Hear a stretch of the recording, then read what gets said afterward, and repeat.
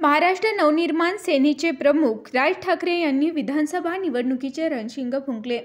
पक्षाच्या बैठकीत त्यांनी महायुतीलाही घेरलं।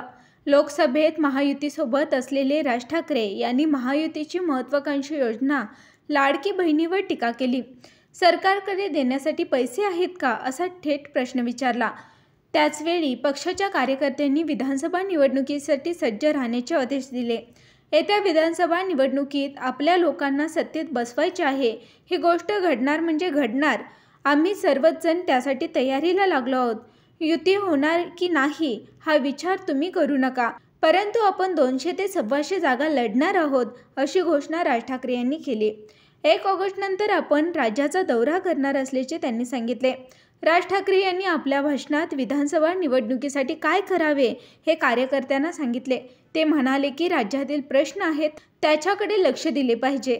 हेच विधानसभा निवडणुकीचे तुमचे कॅम्पेन असले पाहिजे।